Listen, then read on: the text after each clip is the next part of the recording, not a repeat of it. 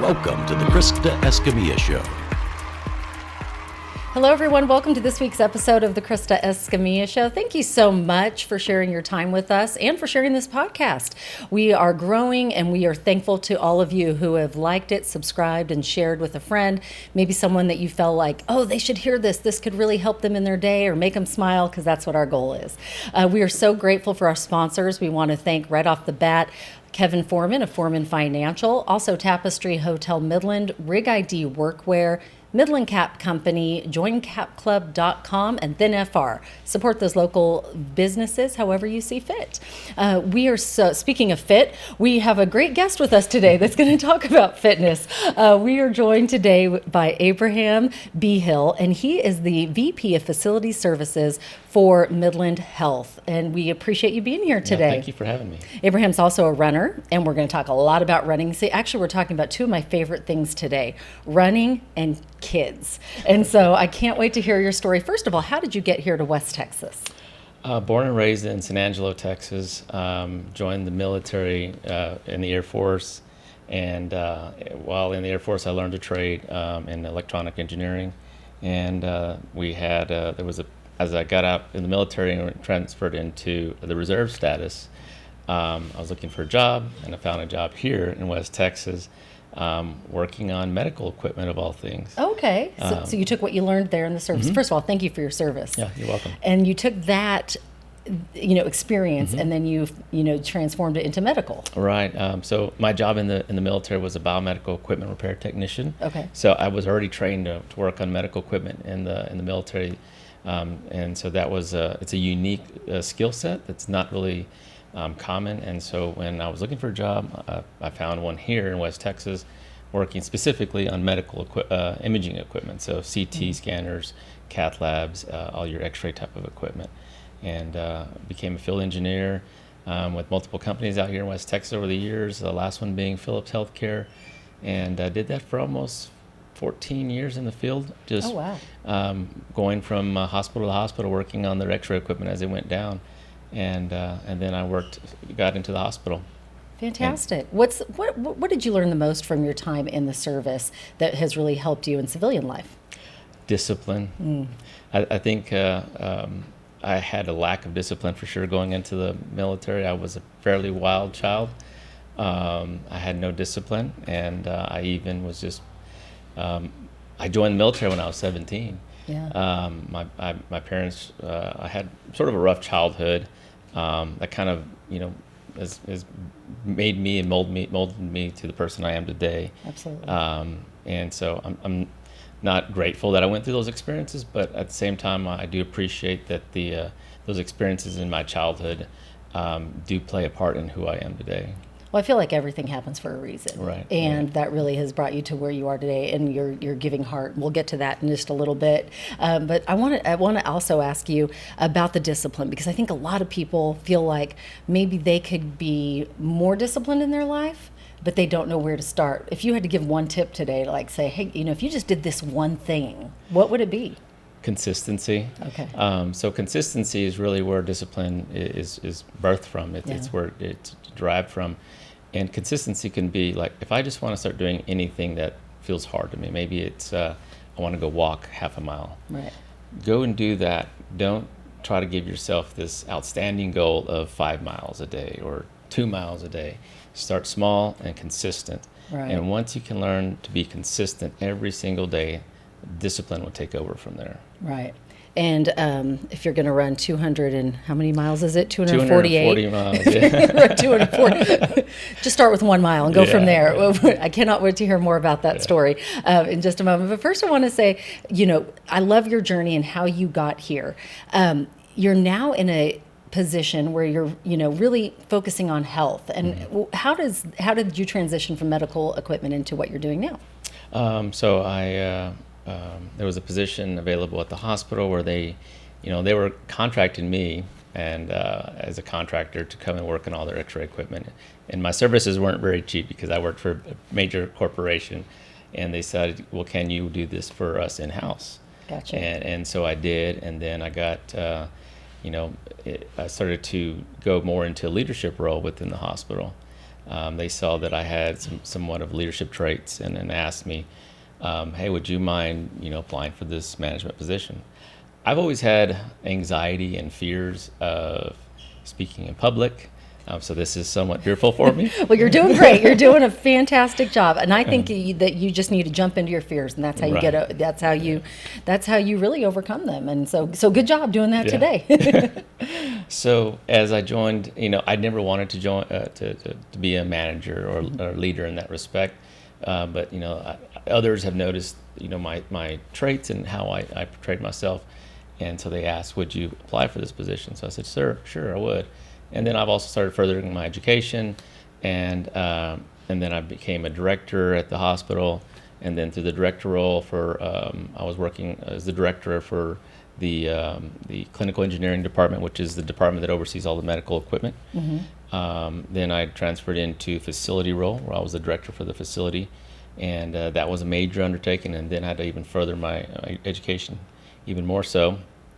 And I, one thing about me, my wife loves and hates, is that when I get into something, I get fully immersed, and it's almost very obsessive and somewhat in a healthy way. That's sort of how the running has gotten this far too. Yes. But I took on that role as a facility director, and really, I wanted to learn everything about facility management, and did, like I said, multiple education components for that to get to where I am now, to where I was then promoted to the vice president of facility services for Midland Health. Now I oversee multiple departments, but Congratulations. That really is amazing, the journey that you've taken. oh yeah, I mean, to me, I feel very blessed that I started where I did, just joining and enlisting in the military. No experience in anything per se, just the love and the drive to do something Right. and better myself. And so it started there, and now I'm here, and I'm really blessed to be here. Fantastic. Let's talk about running, because I am a lifelong runner, not a runner like you're a runner. I wish I could say. But since I was 17, up until the ACL injury that some of you have heard me talk about on here before, the ACL meniscus, up until that point ran pretty much almost every day. And I love what it does for anxiety, for mental health. I just feel like I'm a better mom, wife, employee or employer if I get my run in the Right. morning, right? So how did you get into running, and what is it that you love about it? It wasn't a pretty story how I got into running. It never is. It always starts with a half a mile, and you think, I hated that. Well, so I struggled with alcohol addiction, and it's always been a little scary for me to talk about that. Yeah. But I struggled with alcohol addiction, and I hit rock bottom in that addiction, and had to find something different to do with my life. And I was, kind of not where I was a functioning alcoholic. When I drank, I would always drink too much. Gotcha. Again, my obsessive behavior would overtake whatever I was doing, and so once I hit rock bottom in that phase of my life, I decided I'm not going to touch alcohol anymore, and I had to find. I found a men's ministry to join, and upon joining that men's ministry, one of the things they said, "Hey, guys, we're going to do a 5K challenge where y'all can all join."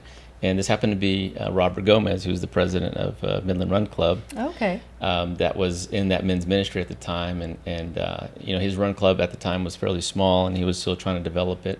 And so he challenged us all, "Hey, let's do a 5-mile or 5K challenge."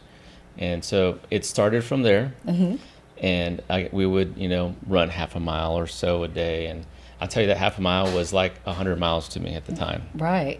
Just getting started. Getting started. And to get the motivation to get out the door and go. I hated it, What was honestly. it what was it that got you out the door to go? I'm trying to better myself, honestly. I have again, addictive personality, so I needed, I was using alcohol to cope with my anxiety. Right. And so I needed something now to cope with my anxiety, and I had been on several medications. over my lifespan, and I hated all the different side effects, and I didn't want to be on medication anymore. Yeah. So I wanted to find a healthy outlet other than what I had been doing, because what I was doing wasn't working, honestly. Right. Well, congratulations, because I know it's hard, and I know that it's something you have to do one day at a time. And and I love that you've been able to take that energy and put it into something positive and healthy for your body. And I'm with you. I think medication, I would rather do something the natural way and the healthy way than the medicated way. Absolutely. Right? What encouragement would you give to someone that maybe is, is really connecting with what you're saying today and saying, you know what, I feel like, whatever the addiction may be in their life, how could I put it and switch? It's like flip the script, right? And switch it to something more positive. It helps having a support group, if you will. Yes. Even if that's within your family. My wife has been that anchor for me and has absolutely helped me through a lot. And, I owe a lot to her. She's just literally everything to me. And we've actually been married since we were both 18. We've been together for a long time. We just celebrated our 25th anniversary. Oh, congratulations. I love that. Thank you. Love hearing couples make that milestone. So with her help and then also with that men's ministry, just finding someone out there to help you, because you can't do it alone. No. Whether it's your faith, and in my case, it was my faith that helped me, and then my support group that helped me get into a healthier habit. And I think everyone needs that. If you try to do anything on your own in this case, you're probably going to continue to repeat what you're doing. Right. Good words and good words of advice. Speaking of advice, I love quotes. We always do a quote of the day, so we're going to take a quick break. I'm visiting today with Abraham Bejil, and we're going to talk about this amazing fundraising run that he is doing in just a moment. But first, let's go ahead and pull a quote out of there. All right. Let's see what you got. Of course, you got the active card. Active card. How appropriate is that? I love how this always works out. Success seems to be connected with action. Exactly. Successful people keep moving. They make mistakes, but they don't quit. Conrad Hilton. What does that quote mean to you? I love that you got that card. Yeah, that was a great quote. It means everything to me. I'm not a quitter, and that quote is actually just it really does hit me personally, and I can definitely resonate with that if you want something bad enough, you can achieve it as long as you don't quit. Yeah. It's could not agree more. Yeah. Do you have a favorite quote that you live by? I have one. It's more of an African proverb, and I've not ever been able to find the origination from it. But it says, "If you want to go somewhere fast, go alone. If you want to go somewhere far, go together." And that quote really relates to my ultra running journey and venture that I'm in now, where when you do ultra running races, you require a crew. Because you're going so far for so many days, right? That you need those to help you with getting food along the way, getting you some aid, helping you with sleep. Clothes and shoes and sleep. I mean, a lot of things. Yeah. And so it requires me for me to go far. It requires a lot of people to help me. So let's talk about this, because I was reading over really quick. You sent me an email on what it entails, and you're going to start in MOAB and run 240 miles. 40 miles. Run. Let that resonate for a second. 240 miles. Like the rest of us are just trying to get to a 5K or a 10K, or maybe all of you that are even extra adventurous, the half marathon or the full marathon. Full marathon is only 26 miles. He's doing 240 miles. Yeah. This is incredible. How did you decide to make this your goal and then tie it to a local nonprofit? As I started my running journey, and Robert Gomez was one individual that helped me along the way. We started the 5K, and then after the 5K, I said, Rob, I want to do a 50K. I heard about this thing called a 50K. And it was right after my 5K. Again, my obsessive compulsive do the math personality. For me. Do the math for me. What's 50K? So 5K is 3 miles. 50K is 31 miles. 31. Okay, thank you. And so I said, I want to do a 31-mile run. And he goes, well, it's November. I just finished the 5K, 10K run there at Stonegate, Run for a Reason. Love that one. And yes. He said, well, there's a race coming up in March. So this was 2018. Finished my 5K. there at Stonegate. And then 2019 in March, I decided to do my first ultra and just sort of bypass the marathon distance altogether. Wow. And what's an ultra? So an ultra is considered anything longer than a marathon distance, with the marathon distance being 26 miles.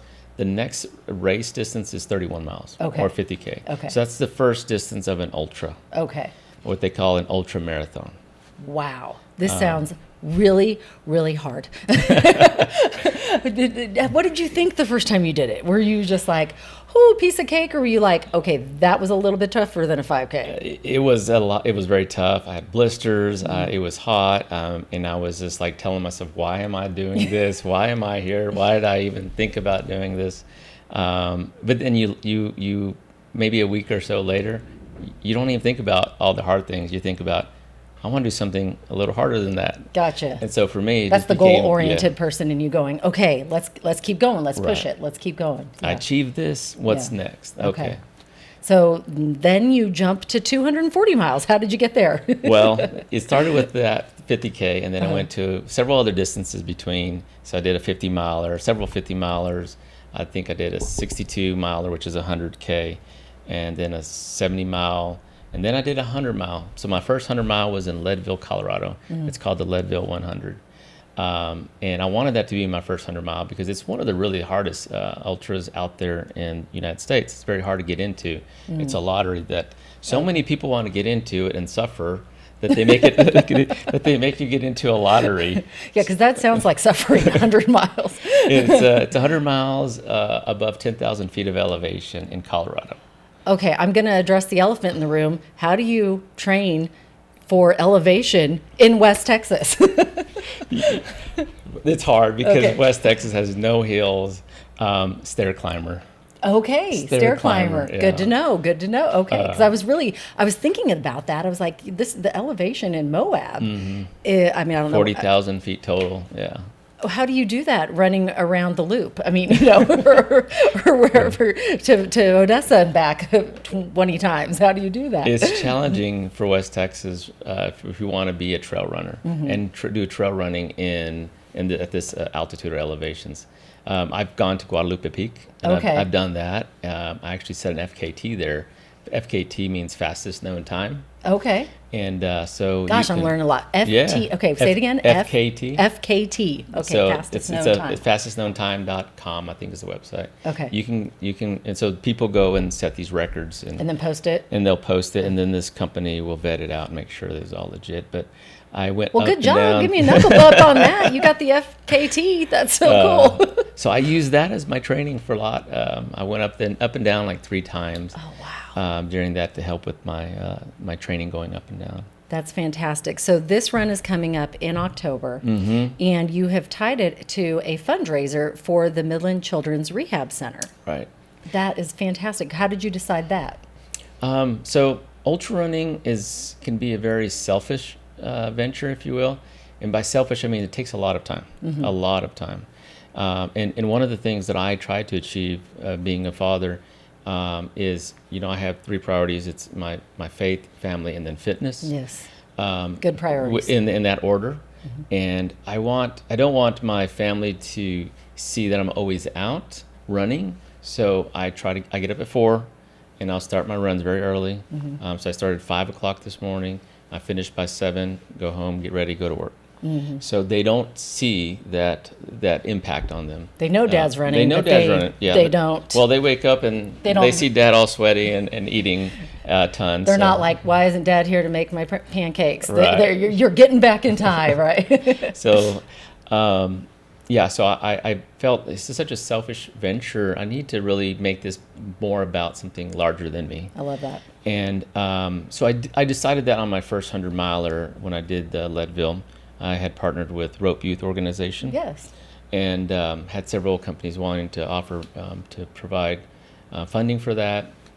And so we raised money for them on that race. And then I did another race, in another 100 miler race in East Texas, where I partnered with Alzheimer's Association here with Julie Gray. And we were able to raise well over $10,000 for them on that race. So Fantastic. I'm just trying to make make it running for a reason. Yeah, exactly. And like because I have often felt like that in my little short 5Ks and 10Ks.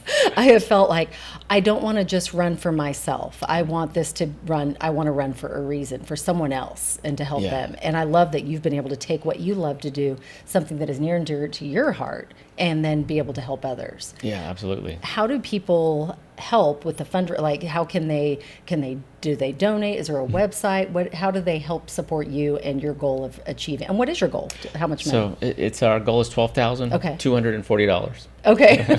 I love that.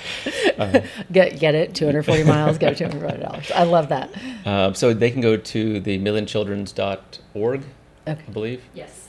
Midlandchildrens.org website, and then they can go to the support tab, and they'll see the miles for MCRC. And that, yes, you heard, is Whitney, and we're going to bring Whitney in just a moment. So you're going, who is answering in the background? Because I'm really excited to talk to her about Midland Children's Rehab Center. But first, I have a couple more questions. Running 240 miles, what advice could you? Oh, and do you wear headphones? What do you do? Are you because I asked, you know, Popcorn, who runs it? I asked him one time. He says, no, I listen to nothing. I just, get out there. And I was like, I have to listen to podcasts and music, and and so are you a headphone or no headphone guy? I'm a in-between guy. Okay. So I've run 100 miles with no headphones. I'm just enjoying the talking and listening to the forest and the trees. I love to hear the wind blowing through the trees during my runs. We don't have a forest here, but in my morning runs, forest. We have pump jacks and windmills and tumbleweed and flares going off. And flares. But during my runs here, when I'm training, it's typically a podcast. Okay. Like a Krista Escamilla podcast. Yes, that's what I love to hear. Yes, that's a perfect thing to run to.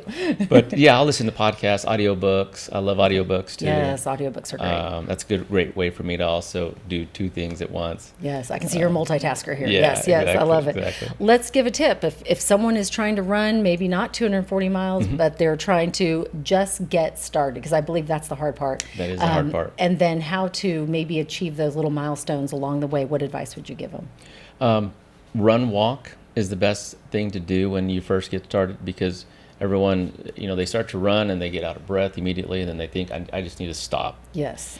Rather than just stop, walk a little, get your breath, and start running again. And then just keep up doing that every single day. Within a week, you'll be running constantly at that point. And then you'll start to find that you're running now a mile, 2 miles, 3 miles. I also coach athletes, and same thing, they start to see progress really fast. They didn't think they would see that progress. So it's just really being consistent in what you're doing, and just telling yourself to do it every day. Yes, I think that is key, is just like either writing it down in your planner or making that schedule, and then go, okay, these are my running dates. This is what I'm going to do. I'm glad you said that, because I was the type that used to think, if I walk, I'm a wimp. Well, you're not. No, if you walk and then run, and then walk and then run. Because I always told myself, no, I just got to get out there and run. So I would run, the 5 miles or 6 miles, and then be like, okay, that's it. I can't stop. But as I got older, I realized it's okay to stop and walk. And now I actually love a good walk run. I do too, yeah. I mean, to me, it's especially with my knee, but I really enjoy the walk run even more. So I think it gives you a little leeway, little grace to go, it's okay if you're going to walk part of this. Yeah. Are you going to walk part of your 240 miles? Absolutely. Okay, good. Absolutely. Okay, I just had another question. Talk about the whole sleep, eat thing, because how many days does this take, and how do you address that? So the total... so on a race like this, there's what they call cutoff times. Okay. So you have to reach a certain milestone, or aid station is what they call them. So every time you reach an aid station, you have a certain amount of time to get there. Gotcha. And so as you're running, these aid stations are roughly around 15 to 20 miles apart. So I have to run with plenty of gear on me. And this is a run in the desert in MOAB. So they require, in this particular race, they're going to have a GPS tracker on me, because it could potentially, it could be fatal. Right. What if you get lost? Yeah. And so they have. Don't get lost. Okay? No, I'm not. Okay. I'm not. They have gear that you're required to wear. So at night times, it can be down to 7 degrees. Where in the daytime, it could be up to 85 to 90 degrees. Wow. So there's some extreme temperatures that you have to have mandatory gear with you and mandatory calories. So I'll have a vest pack, and I'll have all that mandatory gear, and I'll have flasks and a hydration bladder to drink, and I'll have food on me, which is typically like baby food. Okay. That comes in pouches that I can eat really quick. Okay. So I'll have that on me until I get to the next aid station. Then my crew will be there to help refuel my vest, get me new water, maybe change my socks, change shoes, whatever. Pop blisters. They got to do some pretty nasty things and really help you. I'm sorry. Yeah, that doesn't sound like fun. but the sleeping part, you typically won't sleep for the first 35 to 40 hours. So you'll run 40 hours straight. Okay. And then the idea is to sleep for about 2 hours. Okay. So it's not like you're going, all right, good night, guys. 8 hours later, I'm going to continue this run. No, it's 2 hours. It's about 2 hours. On the side of the road? Are you in a tent? They have some sleep tents that the race will have available for you, or you can have your crew there that may have a vehicle that you can sleep in and turn the AC on. Yeah, I'd get one of those. Yeah. Yeah, that's what I would do. But the idea is, I'm going to run the first, we start at 12 noon on Friday the 13th, which is sort of ominous of a day to start on. Good planning there, MOAB. Good planning. So I'll run Friday all through the night, and then Saturday I'll sleep probably Sunday at 4 a.m. Wow. By that time, from 4 a.m. till 6 a.m. See the sunlight wakes me up, and then I can get going again. That is incredible. Well, we wish you the very best. We know it's going to go great, and can't wait to follow the journey. Please post something or share part of the journey, or put on what's it called, the little cam up here, GoPro. Put a GoPro on. That'd be cool. Or have someone behind you GoPro. And I mean, I think it's just it's such a great goal. I want to talk a little bit more about why you chose Midland Rehab Center, or Children's Rehab Center. But first, we want to bring in Whitney. So Whitney, come on in here. We are going to and talk a little bit about the Children's Rehab Center and why this is near and dear to your heart, and how it's going to help, because they provide so many amazing services. And Whitney, thanks so much for being here. And go ahead and hold that and bring it right there. There we go. So Hi. Good. Hi. How are you? I'm good. Thanks for having me. Well, thanks for being so patient over there. And as we heard this amazing journey of what he's got ahead of him, and this is exciting that the donations are going towards the rehab center. Oh, Whitney, come in a little closer. My husband photographer always says, when you think you're close, get closer. In the camera, we want to see you. We don't want to get cut off your face. How's that? This is for all of our YouTube friends. All of you audio listeners right now are going, what is going on? So let me introduce Whitney. Whitney Roland is the Development Director for Midland Children's Rehab Center. And we're visiting today with Abraham Bejil, who is doing this amazing 240-mile race at MOAB for your cause. How did that make you feel when you found that out? I thought it was great. I just started this job in July. Oh, and congratulations. Thank you. And as soon as I stepped in, my executive director was like, we've got a project right out the gate. Yes. This guy, Abe Bejil. I know. And so we got in touch with him, and just his desire to do something really hard. Mm-hmm. And the thing that we see week in and week out are children that are reaching physical therapy and occupational therapy and speech therapy goals. And so just the ability to see that and show him the things that we're doing every week, just as an encouragement to him when it gets really hard. Right. Because this is going to be really hard. It is going to be hard, but you can do hard things. Yes, Remember that. yes. That is so important. Do hard things. And I just want to mention, normally at the end of each podcast, we always shout out a nonprofit. I'm so excited we actually have the nonprofit with us here today, which is so fantastic.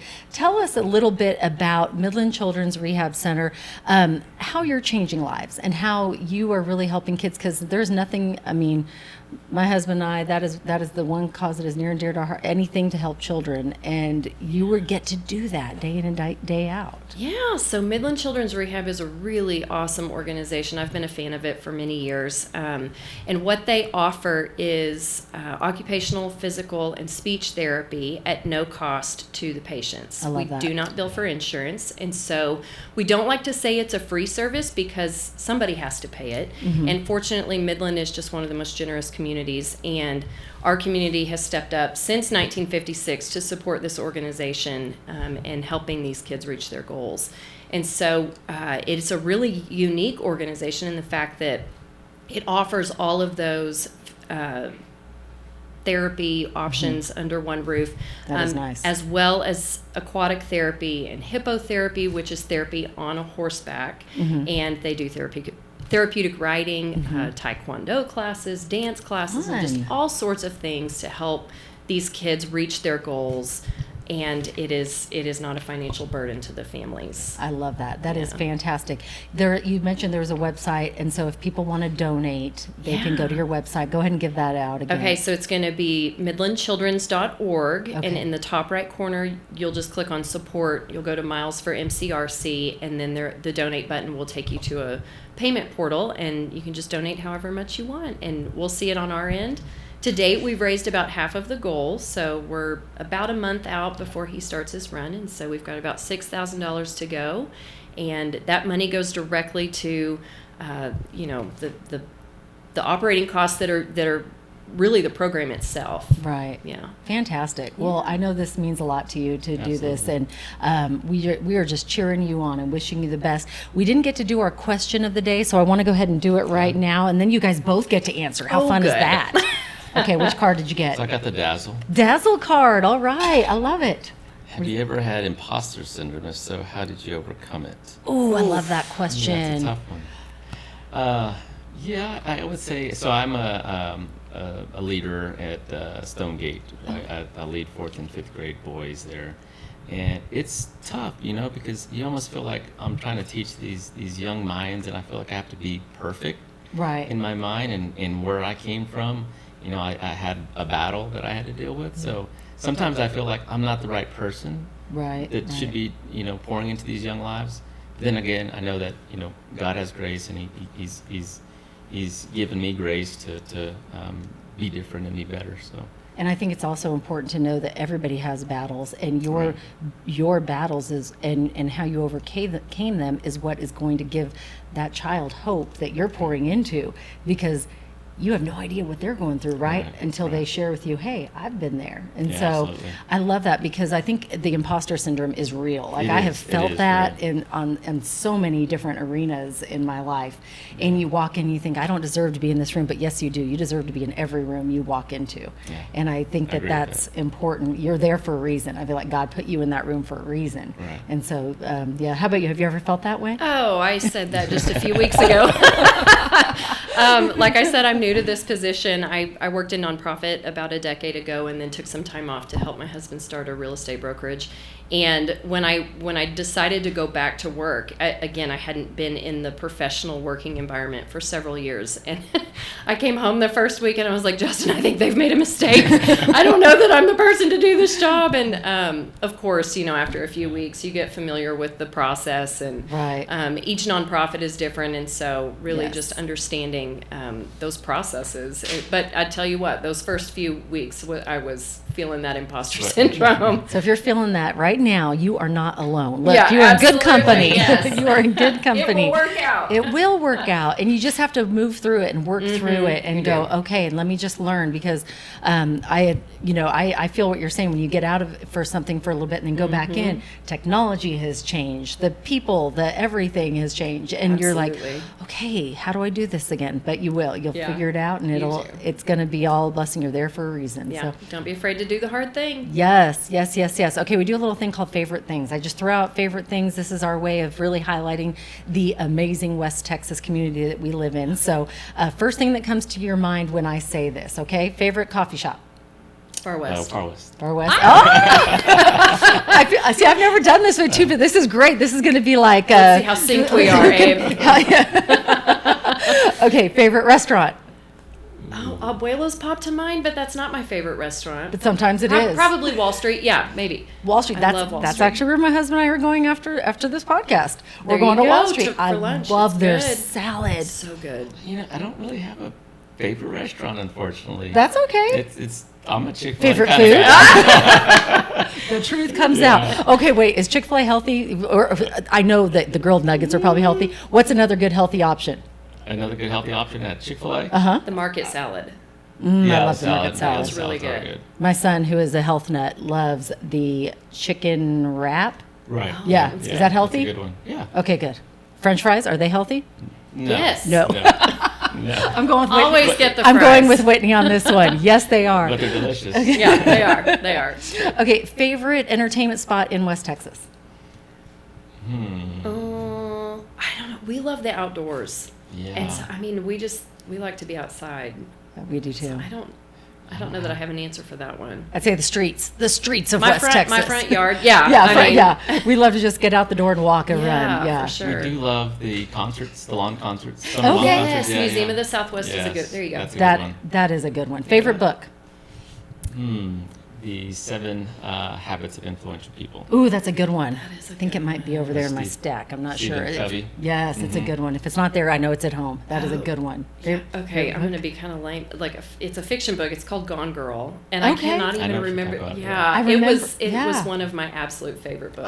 Awesome. Yeah, love it. Favorite podcast besides the Krista Escamilla Show? But besides this one, I listen to The Office Ladies religiously. The Office Ladies? Yeah, I with haven't Jenna heard it. Fisher Is and it so Angela good? Kinsey. It's just light. I love that. And so I love to turn it on and just kind of veg out. Listen, Okay, It's I'll have to entertaining. try it. Yeah, if you're an Office fan. Okay, yeah. I've recently switched. I'm a Friends fan. Yes. Like I've watched every episode 20,000 times. Yep. And the other day I asked our kids. I was like, we try something new? They said try The Office, and we loved it. It's Yeah. so good. Yeah. It's so good. Rich Roll. Who? Rich Roll. Rich Roll. Okay. Yeah, he's, what kind of podcast is that? He's a runner, of course. Okay. But he has it's a very diverse content that he has. So he has athletes on there, then he has book writers, authors. So it's a really diverse. I really like what Awesome. he has to say on every subject matter. Okay, I love this one. Favorite life hack? Something that makes your life a little easier that maybe people don't really use or know about or A life do you? hack. Mm-hmm. I like to put raw eggs in my shake. there you go. Good life hack. I don't want to cook it. Sweetie, have you tried that? Raw eggs in your shake? No, I'll Protein. try it. That's his favorite life hack. It's a quick hack. Okay. Get the protein quick. I love it. And it's And you don't okay to taste eat it. raw eggs? You don't taste it because it's in your protein shake. That's right. And it's okay, right? Because I remember years ago, I'm a lot older than y'all, but years ago there was this, like, I don't remember, don't eat raw eggs, don't eat raw Yeah. eggs. It's okay? It seems to be bad for me. It's like I've never gotten sick. It's working for him.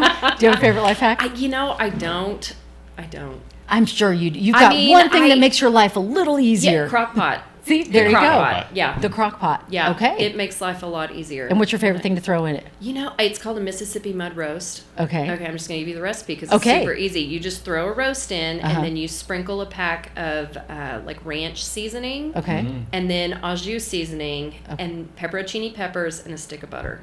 Okay. That's all you there need. you go. Cook it on Butter. low for like 6 to 8 Sound hours. good? Yeah. Okay. Yeah, All yeah. right. It's Butter. so good. Yeah, right? Kerrygold makes it even better. Everything's better with butter. It is. I mean, it really is. And butter's good for you. It is. It My- is. my husband puts It's it a in healthy his fat. coffee. Bulletproof your coffee. Yes, see, Yes. sweetie, fellow bulletproofer. Yes. Oh, yes. So our kids thought he was lying about the bulletproof coffee for very how many good. years? They're like, "Oh, Dad, what is this bulletproof Why are you're you doing doing? this?" Why are you?" And It's then delicious. we went It's somewhere good. and it said bulletproof up there, and they were like, "You're right, Dad. That's a thing. Put your is. butter in there." MCT oil. And Yeah. MCT Yep, oil. That's our MCT new oil. favorite. Yep. We're kind of vitamin. We're addicted to vitamins, I would Yes. say. We're trying everything. The older you get, the more things you try to stay young, The right? functional health stuff. Yeah. So favorite vitamin.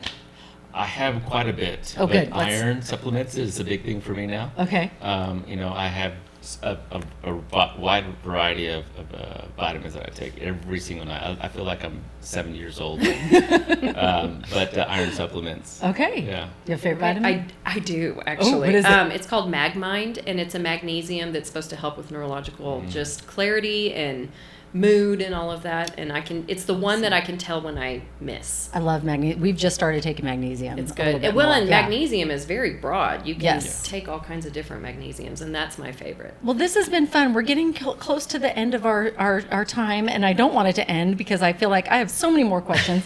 But I just want to say thank you for sharing your time today. Is there anything coming into today's podcast that we didn't get to talk about that you're like, oh, you know how I don't know, I practice on my way in if I'm in it, like, okay, I want to make sure, that it comes out the way, and that we didn't talk about it. Anything?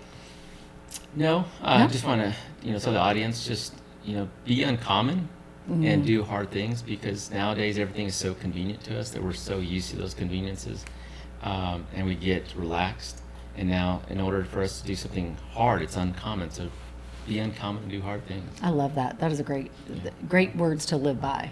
And we appreciate you being uncommon and doing hard things and supporting such a great local nonprofit as Midland Children's Rehab Center. We wish you the best of luck on your run. Go get them, have fun, get a friend with a car so you can sleep in it for 2 hours, and just go out there and know that you're helping a lot of children in West Texas. And you're also helping a lot of people and encouraging them to run for a reason or do something, whatever it is, whatever your passion is, you can do it and help one of our amazing local nonprofits, such as the Children's Rehab Center here in Midland, because it just feels a little better when you do it with little purpose, right? Exactly. And so, we like it. Yeah. Whitney's like, oh, we're not complaining. We're happy. Well, thank you so much, both of you, for your time today. And we will definitely follow up with you. Maybe you can send us a picture afterwards and we can post it on my Facebook page so we can kind of follow along afterwards with our listeners today, because we are all rooting for you. So thank you. Yep, thank you. Thank you for having us. We want to thank all of you for joining us today and listening and sharing this podcast. Share this with someone that you know that maybe maybe you heard something and you thought, you know what, I have a loved one that could really, really benefit from today's show, and maybe follow along with this journey and maybe get out there and start running yourself or whatever it is that you're passionate about. We also want to thank our sponsors. We first of all want to thank Kevin Foreman of Foreman Financial, Tapestry Hotel Midland, Rig ID Workwear, Midland Cap Company, and Thin FR, and joincapclub.com. And of course, as always, I always close out the show with my favorite mottos, because I may have to incorporate in there, you can do hard things, but remember to dream big. It's right there. Dream big, believe, and never give up. And we just wish you the best in all of your journeys and goals, and we know that you can achieve it. And remember, you can do hard things. So thank you so much for joining us. You make it a great day, and we'll see you next time on the Krista Escamilla Show. Thanks for joining us. Bye-bye.